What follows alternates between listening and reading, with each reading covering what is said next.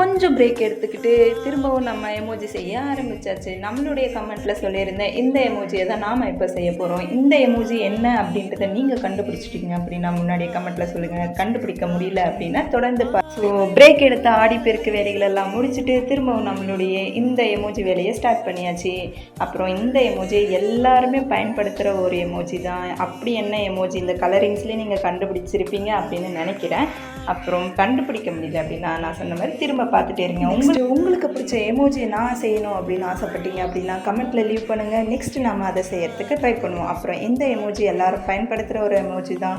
So அகிங் emoji தான். இது வந்து அன்பின் வெளிப்பாடாக நம்ம பயன்படுத்துவது உண்டு. இந்த எமோஜியை செய்ய சொன்னவங்க யாருன்னு பார்த்தீங்கன்னா சௌமியா தவமணி அவங்க சொன்னதை ஆல்மோஸ்ட் ட்ரை பண்ணி கம்ப்ளீட் பண்ணியாச்சு. அப்புறம் இவனை ஒரு நல்ல இடத்துல வச்சு பார்க்கணும் அப்படின்றது எனக்கு ஆசை. ஸோ இவனை தூக்கிக்கிட்டு எங்கேடா அப்படின்னு தேடும் போது தான் இந்த இடத்துல வச்சு பார்த்தேன். இன்னும் சூப்பராக தெரிஞ்சா உங்களுக்கு பிடிச்சிருந்தா கமெண்ட்